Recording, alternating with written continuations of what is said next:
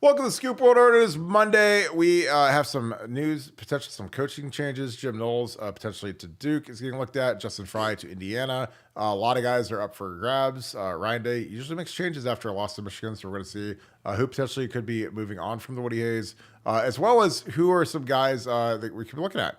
We're going to get into who's coming, who's going from a player perspective, and what this weekend means for Ohio State, who needs to win, who needs to lose, how to get it cranked up, ready to go. With that being said, as always, if you guys have questions, fire up the super chats. Super chats get us, you guys, right to the start or the front of the line. We get going and answer your questions as always as fast as possible. So we appreciate the super chats; those are great for us. If you enjoy the content, please give us a like, click subscribe, also click that little alert bell. Again, if you or Ryan Day, put in the comments what changes would you make and who would you sub in. I know there's some guys that are real popular on the chopping block for the fan base, as I'm guessing who you guys are going to put. And shout out where you guys are watching from. We love when you guys do that.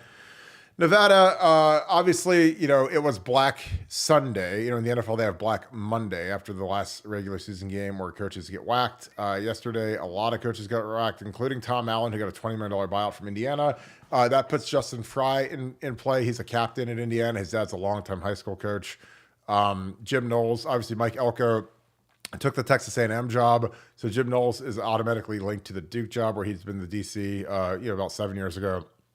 What are your thoughts on this year's staff? How much will remain intact? Again, we're not putting percentages on it, but generally after a loss, to Michigan in the last couple of years, we've changed some people out. Like Kevin Wilson went to Tulsa. Greg Stuara got fired. Kerry Combs got fired. There's been some wholesale changes. Matt Barnes obviously got whacked as well. Do you think there are some guys that are going to move on after the season, given where we're at post Michigan? Well, I think we just have to be honest about kind of the pressures and the realities of being a head coach at Ohio State. And right now, Ryan Day's kind of in the middle of a storm. I mean, he's lost 3 straight games to Michigan. And despite the circumstances of the ones 2 years ago, despite the fact that this year's game was a virtual coin flip and, could very well have been a victory. Instead it was a close loss on the road. I mean, he's lost 3 in a row. And when that happens, you've seen kind of the outcry from former players, which, again, I don't want to take this too far afoot right now, but to me, that has been kind of boorish. I don't like that. I don't like seeing the former players kind of, pile on. Now, who am I to say that to you as a former player? You may have a completely different opinion. But I just, look, I thought Jim Tressel had one of the greatest things. Jim Tressel was freaking Yoda and had some of the greatest sayings of all time. And one of the ones that I use in my everyday life all the time is that people need love the most when they deserve it the least. And I just think that, look, Ryan Day is our head coach, and whether we agree with everything he does, we can disagree with stuff. We can discuss tactics. We can discuss whatever we want to discuss. But like, this is when he needs our support, and I think stuff like that matters. I think stuff like that matters to recruiting. I think it matters, perception of the program, how things are going, and I don't agree with everything that Ryan Day does. I don't agree with the way that Ryan Day calls every game. I don't agree with. I mean, look, I think the elephant in the room, this year has been the play calling. I don't think the play calling has been particularly good this year on offense, and as a result, our offense is, I think we're 33rd in the country in scoring offense and 38 in the country in total offense after years at right near the top, 1, 2, 3. But all we want to talk about is the defense. We want to talk about the defense being the problem. We're number 2 in the country in scoring defense and number 3 in the country in total defense and 38 on offense, but we're talking about the defense. So it's just weird to me. But back to the topic at hand, I think some guys are going to be moving on. I think Ryan, this has been his MO when this stuff happens. We have the youngest, least experienced staff in all of major college, big-time major college football. I mean, nobody's got a staff like it. If you look at the staff ages on our guys, when you throw out the outliers like, Larry Johnson and Jim Knowles and look at everybody else, it's like the kids club. And I think at some point some of the kids are going to get whacked or encouraged to move on down the line. And I think that's going to happen sooner than later. And I think the staff, I mean, it won't be a wholesale turnover, but I think you'll see at least a couple, maybe 2 or 3, move on either by their own volition or with strong encouragement from Ryan, because he has to do that because he can't fire himself.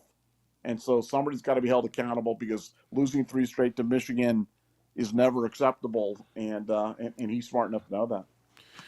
Yeah, and it's been a long, strange trip, and Ryan is not scared to bullet guys. Again, when he took over in 19, I mean, the first thing he did was fire Greg Schiano. Greg Schiano obviously has proven to be a pretty good coach at Rutgers. Obviously, the 18 defense was not a great Ohio State Silver Bullet defense, but, I mean, after the 21 game, Greg Stewart was shown the door. After the Rose Bowl, Kerry Combs was shown the door. Kevin Wilson went to Tulsa. Like, there's always like a little bit of an unevenness. Al Washington got whacked. That's the guy that, I mean, like 2 years ago or whenever it was, like Al Washington was up for the coordinator job at Tennessee, and we had that thing dead to rights. We had that whole story. He agreed to go, and then at the last minute, he had a talk with Ryan. He said, "Don't go. Stay here. You'll grow, whatever." And he turned down like a 3-year, like 4.5, $1.5 million a year deal. And then the next year, the defense wasn't good, and he wasn't a great linebackers coach, and he got fired. Ryan fired him, and Ryan, I was told, said that there's nothing to worry about. And then, a week later, like, he fired Al. So, again, he is not scared to bullet people and try to get his staff to where he wants it to be. And again, that's his right. He's the head coach. He has to hold guys to the standard that he wants them to be at. But, he's been determined trying to find the right mix. And, I don't know if that means, again, the most popular guy in every message board is Parker Fleming. Does he go? Do you promote James Laurinaitis? Again, the 2-year extension with the Rays last year is the most bizarre contract I've ever seen at Ohio State, given how poor our special teams have been during Parker's tenure. But I just think that it's going to be really interesting to see, does Justin Fry get a real shot at Indiana, or do they go with like a MAC head coach or a younger head coach?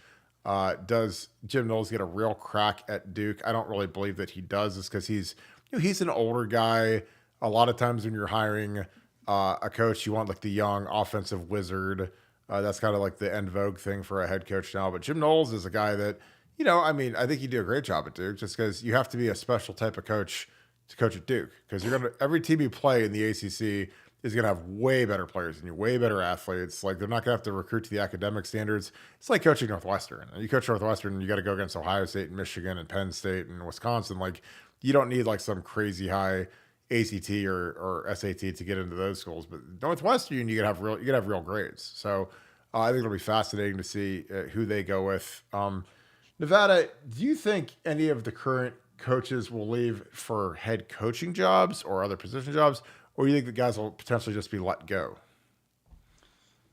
I don't think Knowles wants to be a head coach anymore, and I think there's several candidates for the Indiana job that are better suited than Fry. And look, I'm not trying to be Mr. Mean, but what has Justin Fry done since he's been here at Ohio State that would scream, I'm ready to be a head coach somewhere?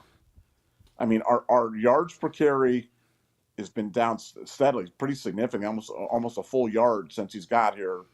Our recruiting, we haven't landed a 5-star since he's the next 5-star he lands will be the first 5-star that he lands since he's been through 2 full recruiting cycles.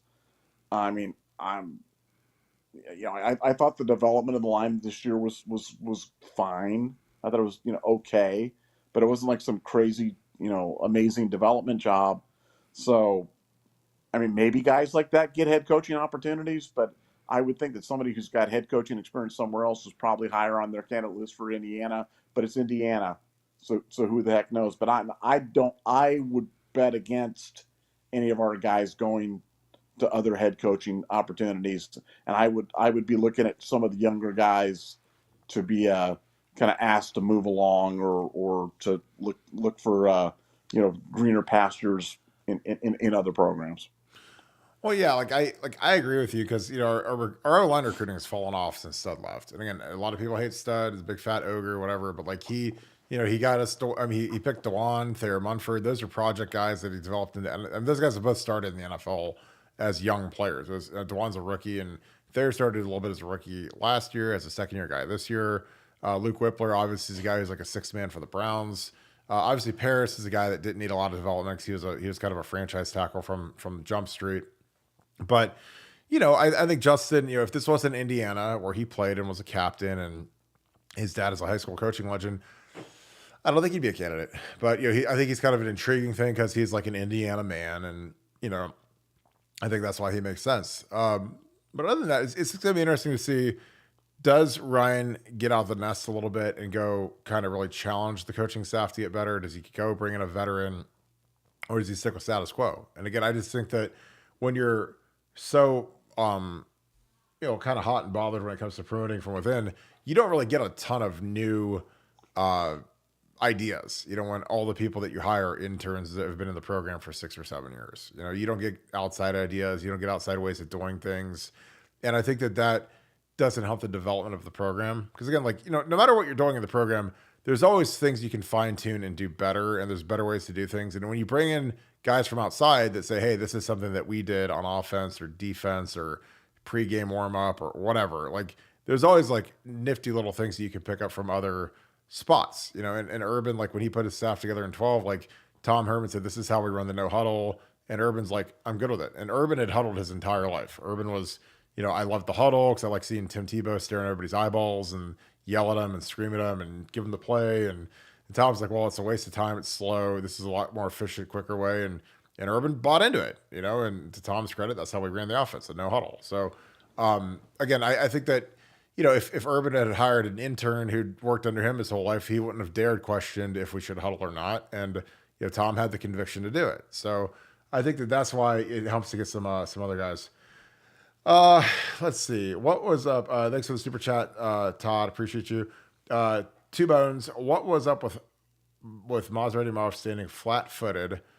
I don't know. I mean, Marv on that slant, we broke that down last night. It wasn't a lot of effort. It wasn't a great route. It was slow. It got picked. Again, the coverage wasn't great. The coverage was it was a coverage that you should never throw that route into. That off inside leverage is tough to throw a slant into, especially. But if your guy jogs the slant, then you really have no chance because he's never going to get there. But I don't know. Marvin he's a special talent. Obviously, everybody loves him, and he's a great kid and everything. But there's sometimes where I watch him and he's not really going that hard. And again, I'm not trying to be the old head or the critical dude or back in my day. That's not my vibe. I'm not critical of the current players to a huge degree, but some of the guys, after the Michigan game, they're coming off the top rope on the players and on Ryan Day, and I try not to be that guy because I remember how much I hated the former players that did that when we lost. So I really try to be measured in my criticism, but Marvin, I don't think goes hard all the time, and I think some of it he wants to protect himself, protect his draft stock, not get his not get his nails dirty so he doesn't get hurt. And I'm sure he'll be a top 5 pick. He'll make a gajillion dollars, and that's great. But there's sometimes I just wish he'd go a little bit harder. What are your thoughts on that, Nevada? Am I off base on that? No, I mean, look, it was just a terrible play. I mean, one of the reads that the quarterback is taught in that situation is when the cornerback, in this case Will Johnson, is staring at you, kind of squatting on that route and staring at you, you don't throw that. You just don't throw it. And I don't care if it's. I mean, I don't know. I mean, I don't know anymore with. Well, we're running RPO action, but it's not really an RPO because it's not an RPO, but it's kind of an RPO, but it could be an RPO. But that play was blocked up. The offensive linemen were blocking like it was running play. The play was blocked up that if he hands the ball to Trey Henderson, Trey's probably still running. And you've got Will Johnson squatting on the route, staring Kyle in the eye the whole time, playing inside leverage, and we still throw it. And no, Marvin didn't make a great effort during the play. He didn't make a great effort after the play. And we try to be honest on the show. We're not an OSU mouthpiece show. There are certain shows that are absolutely OSU mouthpiece shows. There are shows that just parrot the party line for Ohio State. I won't name those shows, but they're out there. And those shows, you can get some interesting information from those shows, because when those shows start turning on certain players or coaches especially, then you know those coaches are going to get whacked, because they don't go with that stuff unless they're being told to start picking on those guys. So it kind of goes both ways. They can be super positive, but they can also kind of give you an idea about being wacky. But we're just going to give it to you straight. That wasn't a great play by Marvin, and he's been absolutely fabulous this entire year. He's bailed us out so many times, made so many great plays. But that was just a crappy play. And unfortunately, it was an absolutely enormous play in a 0-0 game to give the other team the ball first and goal from the 7-yard line. Especially a team that is going to go for it on fourth down. It took them 4 plays to make 7 yards, but they made it, and they scored, and 7-0, and and we lost by 6. So there you have it. Yeah, and this is the play we're talking about. Like we broke this down last night. Will Johnson, who's a great corner, is looking right at Kyle. We run the little RPO, and again, if we hand this, we got this thing blocked. We got here. These guys are double teaming here. This thing has a real chance. If you hand this to Trey, there's a lot of different lanes he could go through to cut it. But instead, Kyle just pulls it. And I think he just predetermined, hey, I'm going to throw it to Marvin on a slant. But after one step, this guy's got the slant covered. And Marvin, as great as Marvin is not running hard. That is not, as fast as your hair is on fire. It's kind of jogging the slant. And Kyle throws it like he's going to run it, and he jogs it. And again, just based on where he's at right here, Marvin's got to cut this thing quick, and if he's going to do it like that, he's got to at least break this thing up. If this guy jumps it, again, I don't think this is great effort. And again, I think Marvin's fantastic, but he gets a pick right here. This guy gets a pick, and then you watch Marvin the rest of the play. He's just kind of he gets shoved, and he's just kind of walking. He's literally walking right here. And the guy's still up. The guy's still up. The guys are still chasing him. He's still up.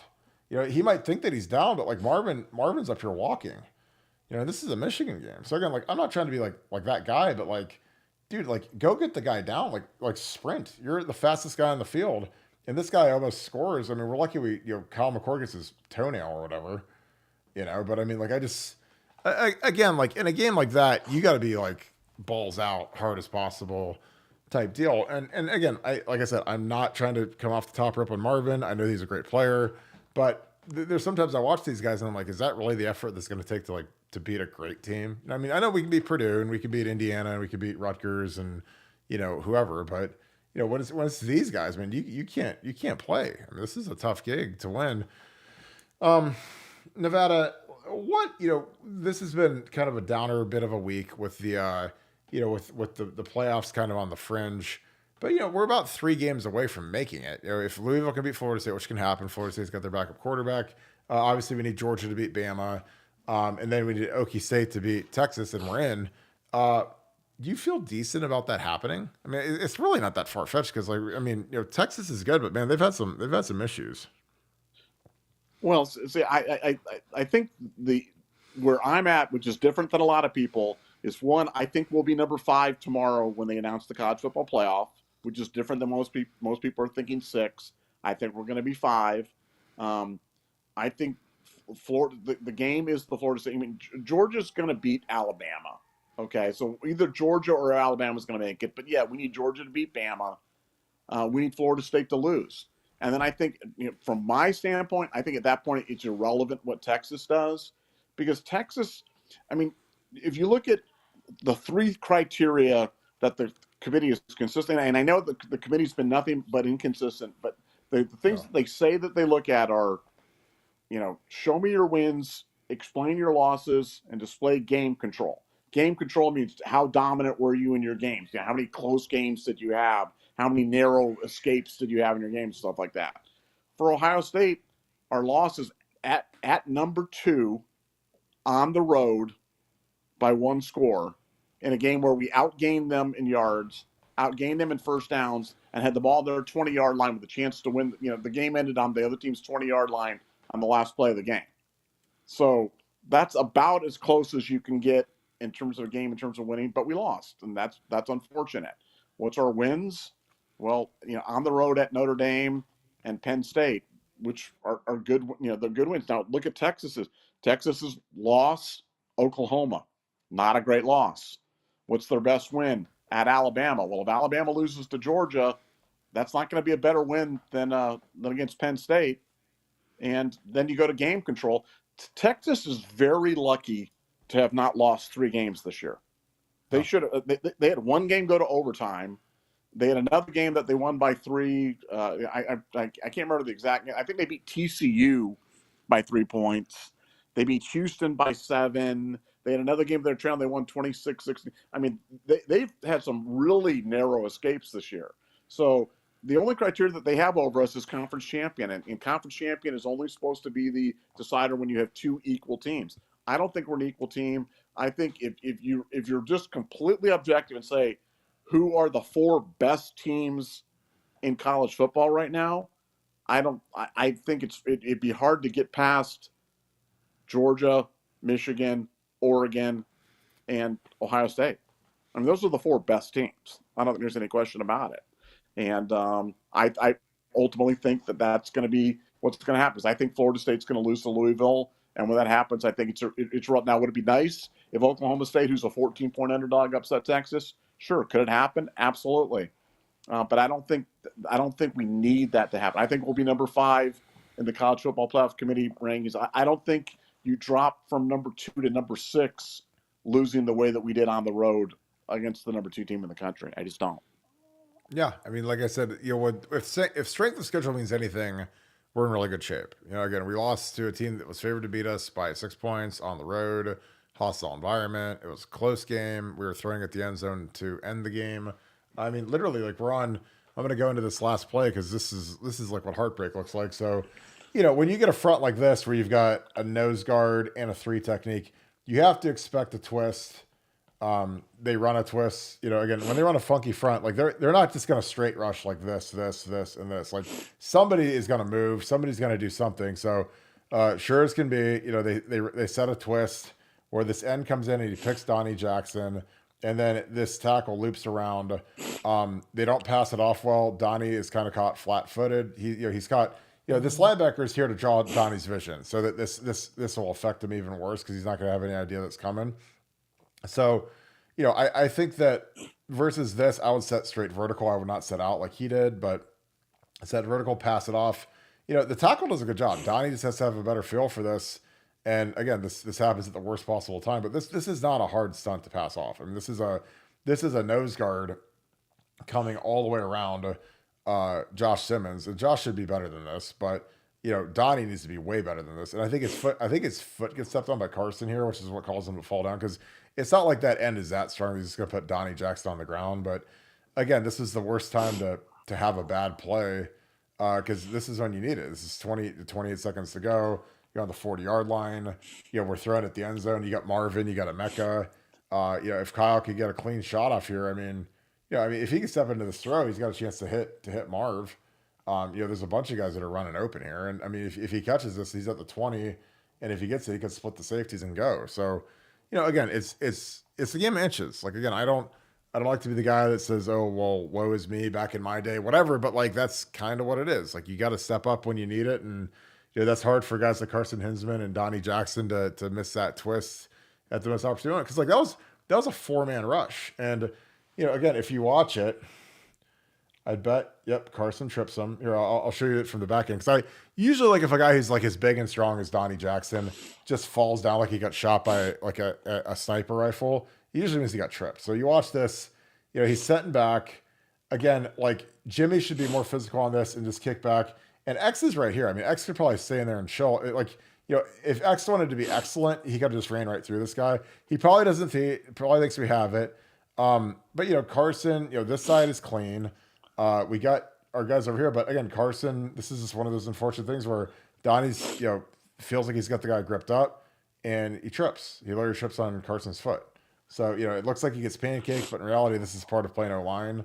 So yeah. And it happens at the worst possible time where, you literally could have him, rolling into the end zone if he could step into the throw. So But yeah, I just like I said, it's hard because that's how close football is, folks. Like if he can step in and drive that ball, then all of a sudden it's we're excited and we're going to play Iowa and we're going to win the Big Ten. And when he gets hit as he's releasing it, it doesn't go anywhere and it gets picked and kind of is what it is. Got another super chat, Dave Mathis. If no CFP, thoughts on Brown playing the bowl game so we can get a real look at him, and if need be, start making changes this offseason. Sincerely, Kyle isn't, quote, it now that the season is done. I don't know. I mean, Nevada, I'll let you take a shot at this. If we don't make the playoffs, I think a lot of guys are either going to transfer or declare for the NFL. So this could be like a spring ball 2.0 type team, just in my opinion. From what I've heard, I mean, if we were playing in the Orange Bowl against like Louisville, like some people are projecting, I can't see Marvin. I can't see Mecca. I can't see Trey. I can't see a lot of guys playing in that game. What are your thoughts? Yeah, well, I think that's just, welcome to college football in 2023. And I think it presents some unique challenges. But, would I play, Brown heavily in that game to see what you have? Absolutely, I would. Maybe it keeps him around. Maybe it keeps him engaged. Maybe it keeps him from entering the transfer portal. But, on that last play, and I don't want to see it again just because I don't want to relive it again. But that's where you want to have a quarterback with just a little bit of mobility that can kind of move around in the pocket.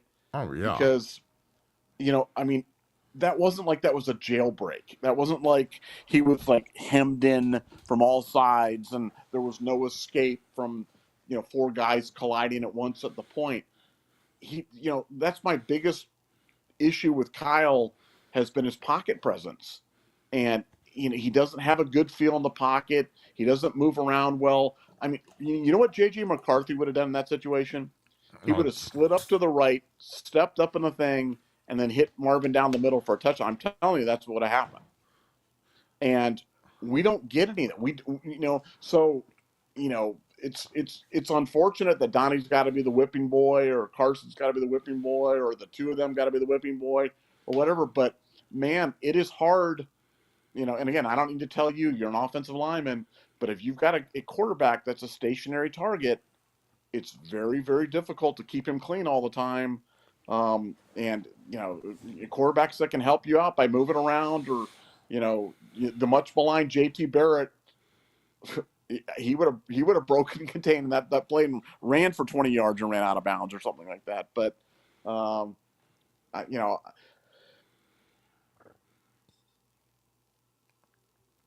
Yeah, I just think when you've got a guy that can move, it changes everything. Again, like on that play, JJ probably scrambles around the edge.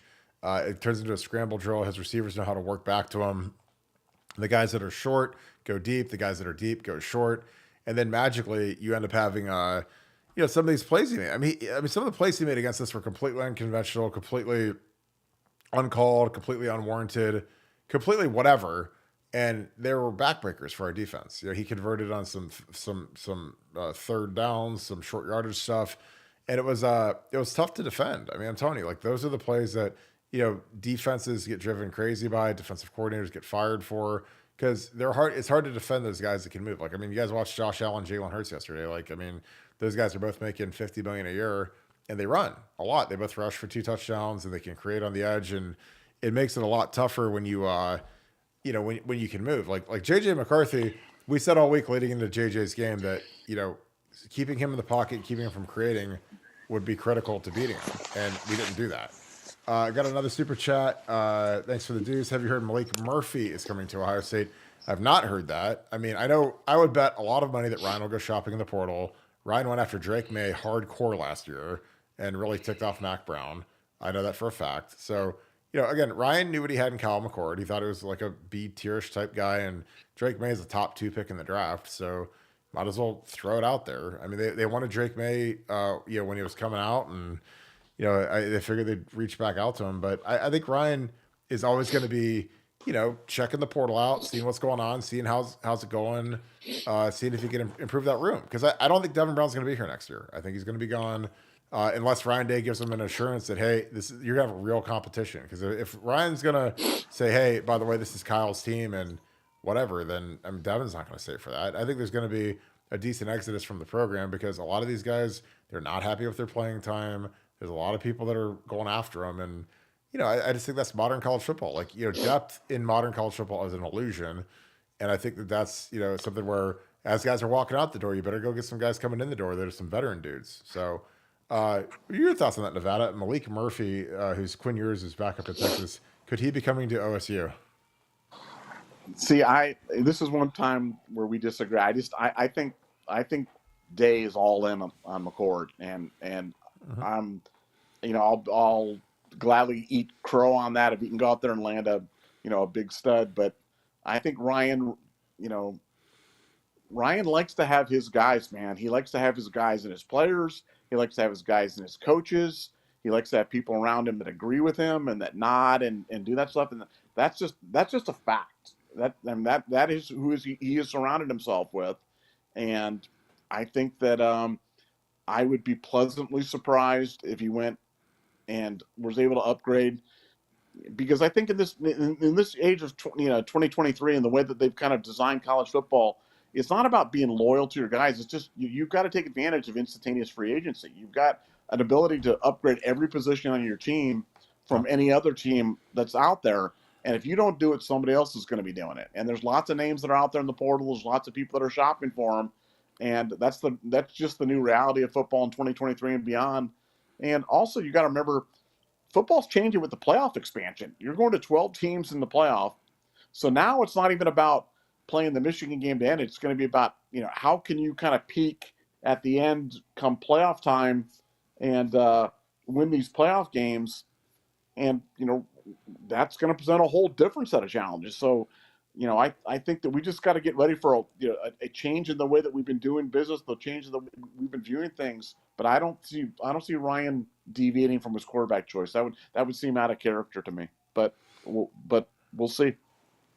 Yeah, I think you're right. Yeah, it'll be interesting. Like I said, I think that coaches are as faithful as their options. If there's a Justin Fields type guy in the portal, then magically he's going to be our new quarterback. If there's not a guy to that degree, then we might get a Tristan Jibia. But I think that with how the season's ending up and the fact that Quinn Ewers could be going to the playoffs. Ryan's going to go get an impact guy at quarterback.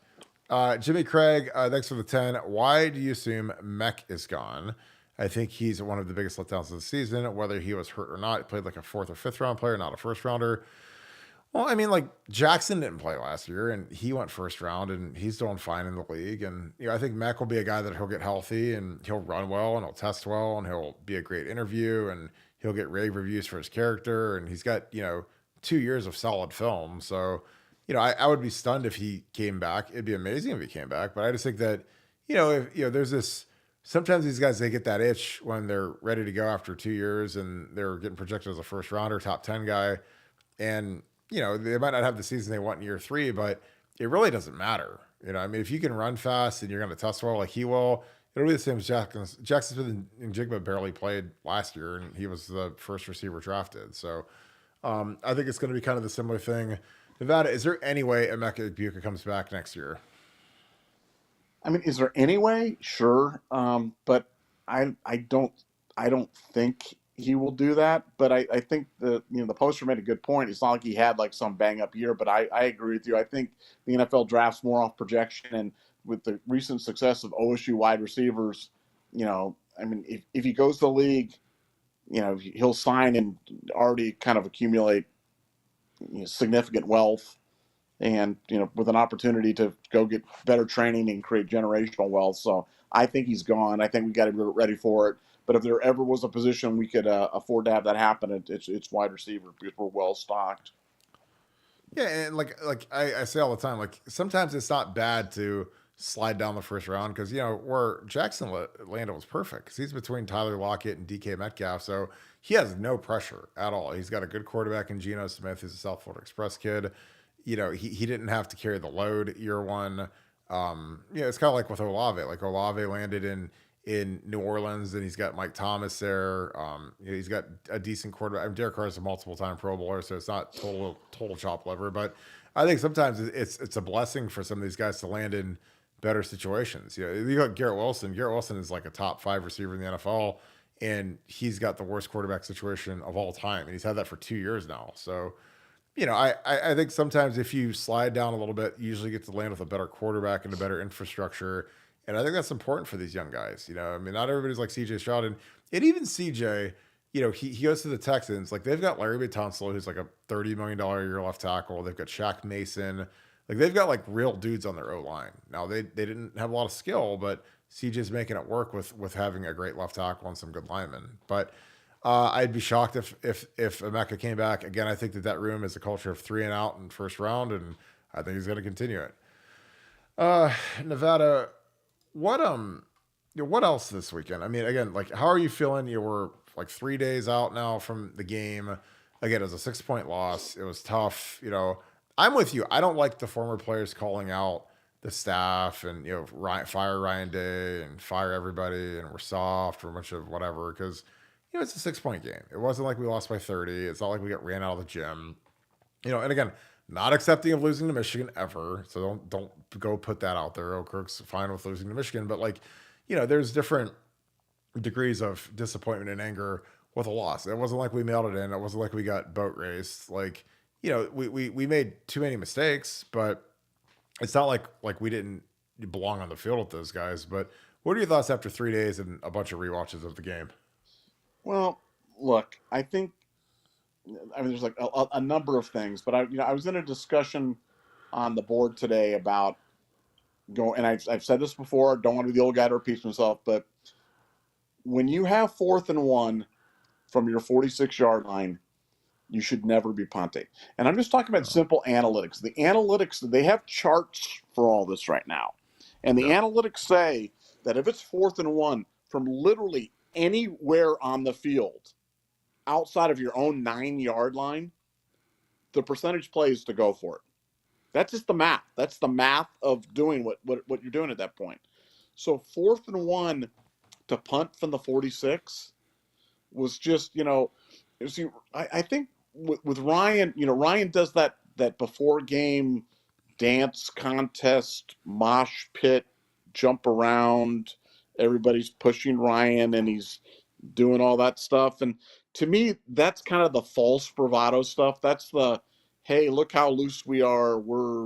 I'm in a mosh pit with my players and we're jumping around before the game.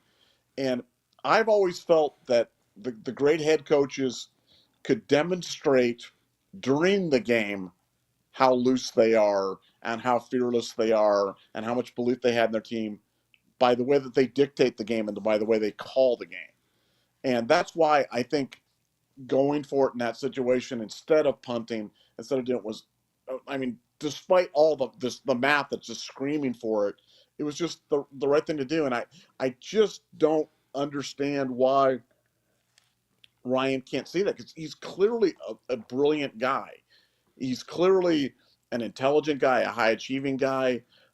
He's got all the resources in the world. He knows the math of this. This can't have escaped him. This is every coach at every level of football understands this math. But despite even knowing that and all that, he punts.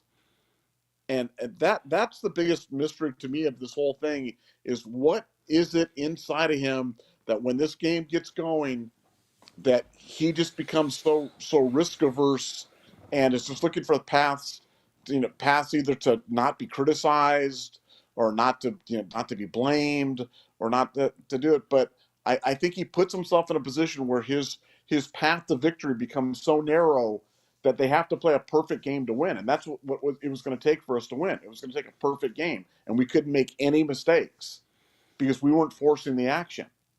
And what ended up happening, we made a mistake. They got down to the 7-yard line. They scored 7 points, and we lost by 6. So, it's kind of like playing the prevent defense. Sometimes the prevent defense is the worst defense you can play because it gives the other team a kind of a chance to breathe. And I look at it as a fan. Okay, think of it as from a fan standpoint. When it's 4th and 1, and the other team's got the ball. Well, you remember this. You remember this during the freaking Illinois game. When you guys were playing Illinois, and I believe this was in 07. It was 4th and 1. It was 4th and 1, and Trussell called timeout on the play. And Illinois changed their mind during the timeout and went back out there and went for it and got it. And it's like, as a fan, I know that whenever it's 4th and 1 and the other team lines up up to punt, I'm thinking, oh, please punt. Just please punt. Don't fake it. Just Yeah. please punt. So how can that be a good decision for us to be doing that? Because that everybody, all the Michigan fans in the stadium were going, please punt this, Ryan. Please punt this, please. So you're doing exactly what they want you to do. That can never be the right decision. But my rant's over. No, I agree. I mean, I remember that I was sitting on the bench and Trust called timeout. He didn't like the defense, and all of a sudden they go for it, and I'm like, God, I mean, stopping a 4th and 1 versus a team, especially with a running quarterback like Juice Williams, is exceptionally difficult. And plus they got Mendenhall, who was a first rounder.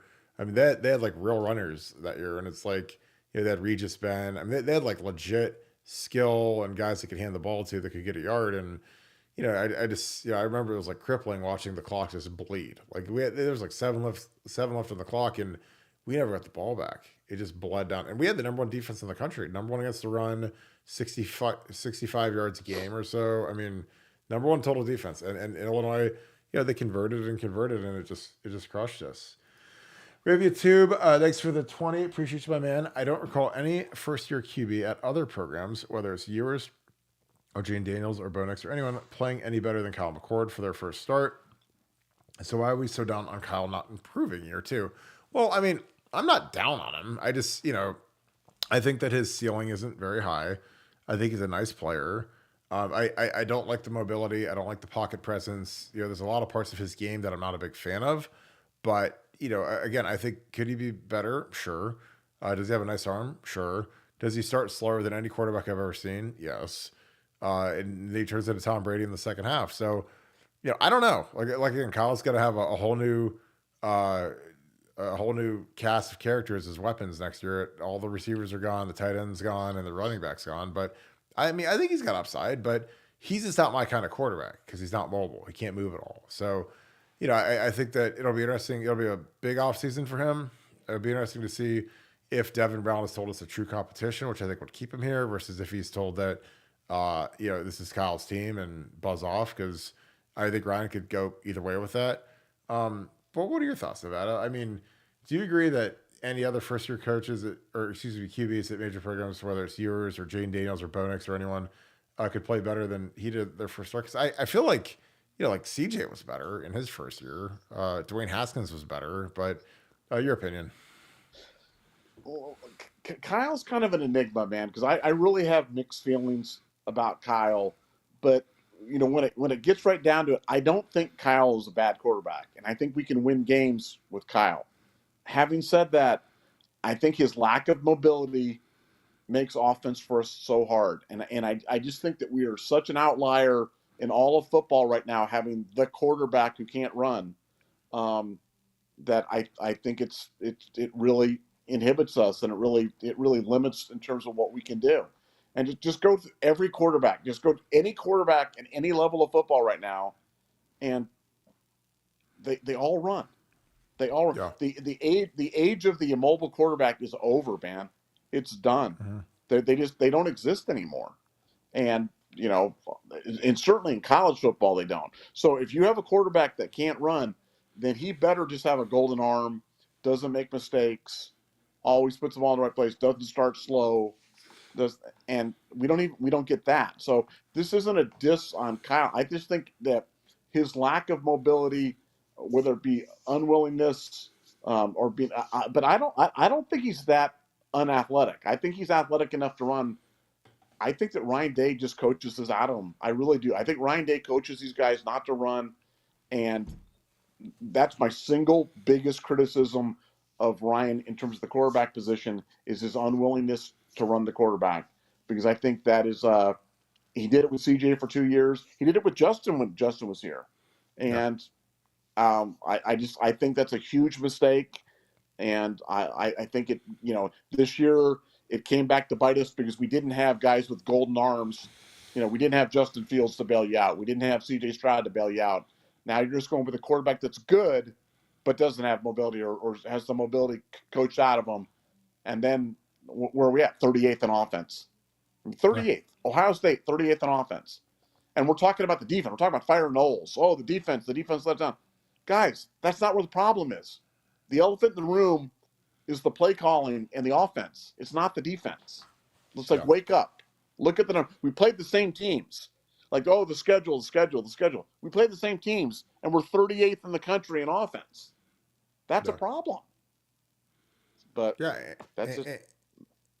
And I think in modern football, especially when you get to the league and you see how good these pass rushers are, if you can't move, you're dead. You have no chance. Like you look at the top quarterbacks in the league getting these big extensions. Mahomes can run. Kyler. Joe Burrow can run. Herbert can run. Josh Allen can run. Jalen Hurts can run. Again, because in the league, you don't have like Paris and DeWand every week blocking guys from Indiana and Purdue and maybe Michigan. Like you got guys that are you got a practice squad left tackle going against Nick Bosa or Myles Garrett. So you better be able to boogie because those pass rushers are no joke in the league. Brandon J, thanks for the 10. Appreciate you. Who set the tone with a hard hit, big play, and fighting hard? It's not like they were told not to do it to avoid target calls, to avoid mistakes. We played to not lose. No blitz, no risk, no win. I didn't really see any tone setters. Again, I'm not trying to be that guy, but I don't know who was playing with like a ton of emotion. Like Davison was out there. I mean, he seemed like he was busting it pretty good, but there were reports that it was quiet going in the locker room, which doesn't mean anything, or coming out of the locker room, which doesn't mean anything. But I don't really know who who the big emotion guys were. It's hard because your captains are Cade Stover, who doesn't talk a ton. Tommy Eichenberg doesn't talk a ton. Tommy was played with one arm, so it's hard for him to be a big guy. And then you got X who plays 15 plays a game. So I don't know who the big leader is, who's the big guy. I mean, Mike Hall played a lot of energy. Jack Sawyer played a lot of energy. But I don't know who the big leaders are. Nevada, the question was, who set the tone with a hard hit, big play, and was fighting hard? It's like they were told not to do it to avoid targeting calls, to avoid mistakes. He played not to lose. No blitz, no risk, no win. Your thoughts? Well, I just think I love me some Jim Knowles, but, we blitzed 4 times in the game. And, Jim Knowles loves those blitzes, but he wasn't dialing them up against Michigan. I'm not sure why that happened. And that, to me, that's a fair criticism. I'd like to know why because I think when you do that, that does create some pressure. He took a lot of abuse last year for being too aggressive. Well, this year, we clearly weren't aggressive enough. So, they've got to find that happy medium. I'd love to know more about where that came from. Was that a Ryan Day directive? Was that just Jim Knowles just being afraid to do it? Whatever. But we needed some big plays, and didn't get them. I don't know. We didn't have the juice. I thought the kids played hard. I don't think we might have worn down, got a little tired, but I thought we were playing hard the whole game. I was really proud of the effort. This was certainly not. I mean, we fought. Look, I thought till the very end we were going to win that game, and I thought even on the last play, if Kyle just steps up a little bit to the right and slides over, that he's got time to deliver the ball on time and on the money. But you're not going to have a freaking perfect pocket every single time in that situation. You have to understand that. And that's what's frustrating to me about watching stuff like that because, I know it gets laid on Donnie Jackson and this, but got to move around, man. You can't be a stationary target. No, I totally agree. Todd Shreve, appreciate you, man. Thanks for the deuce. McCord loses Marv, Mech, and Stover. How can he be good? Well, I mean, like CJ, his first year, he had Garrett Wilson and Olave, and and he had Jeremy Rucker. Like he had like really good skill guys, and they all went pro. And then the next year, they replaced with Marvin and Emeka, and Jackson was supposed to be number 1. He was out for the whole year. Cade Stover stepped in and did a great job at tight end. So I think that I don't worry about the skill guys. I mean, honestly, we get JJ Smith up here with Ennis and Tate and the Rogers twins. Like, I think we'll be fine. I really do. I think it's on Kyle to get better. I mean, I think Kyle's going to be a better leader, a better player. I think it starts with Ryan, developing him. I mean, this is going to be a big offseason for him. He's got to improve his pocket presence. I think he just has to be a better leader. He has to be more vocal, really understand the game more, and I think we'll go from there. Nevada, again, I don't worry about the skill guys. Do you? No, I don't. That's the one thing I don't worry about. I mean, he'll have plenty of targets to throw to. He's just got to get better about delivering the ball on time. I just don't know how you fix the mobility issue because again, I don't think it's that Kyle has cement feet. I think that Ryan Day coaches those guys not to run, Yeah. and that that's just weird. But we've seen it. I mean, we have a large enough sample size to know that's happening, and and I understand that the concern is, well, we don't want QB1 to get injured because if QB1 gets injured, we have to go to QB2.